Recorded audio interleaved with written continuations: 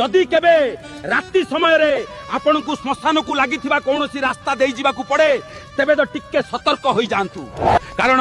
एठारे गोटे सामान्य भूल सीधा तो मृत्युर कारण साजी पारे जदि बंचिबा चाहूचंती तेबे एही चारोटी कथा तो सब बेले मन रखंतु। प्रथम कथा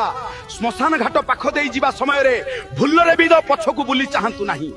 आपण को जदियो अनुभव हुए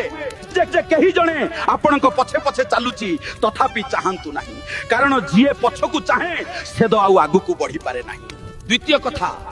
जदि हठात आपण को शरीर तो भारी लागिबा को आरंभ करे किंबा बिना कारण रे हृदय स्पंदन बढ़ी जाए तेबे सेठारे अटकंतु नाही कारण श्मशान रास्ता रे अटकिबार अर्थ हेउची जीवनर रास्ता बदली जिबा। तृतीय कथा